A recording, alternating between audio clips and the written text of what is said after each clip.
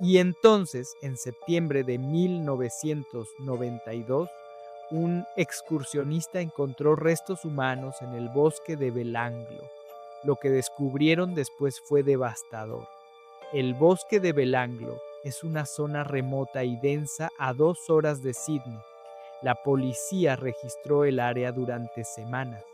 Encontraron los 7 cuerpos enterrados y escondidos entre los árboles. Todos habían sido torturados antes de morir.